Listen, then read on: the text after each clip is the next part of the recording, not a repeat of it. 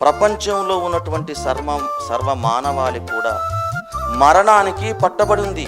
మంచి చేయలేకుండా జీవిస్తుంది. చనిపోతే ఒక క్షణంలో నరకానికి వెళ్ళడానికి సిద్ధంగా ఉంది. క్రైస్తవుడైనటువంటి నీవు అలాంటి పరిస్థితిలో స్పందించి వానికి వాక్యాన్ని ప్రకటించి మరణించిన తర్వాత నీకు జీవమున్నదని తెలియజేసి వారిపైన జాలి చూపి సత్యాన్ని వినిపించి క్రీస్తును అంగీకరించేటట్టుగా చేసే బాధ్యత క్రైస్తవుని పైన ఉన్నది.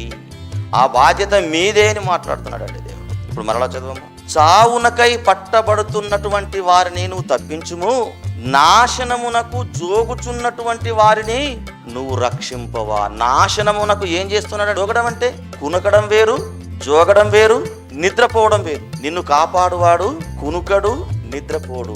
అంటే కునుకకుండా నిద్రపోకుండా మనల్ని కాపాడుతున్నాడు ఆ దేవుడైతే, లోకంలో ఉన్నటువంటి ప్రజలు నరకానికి ఏం చేస్తున్నారట?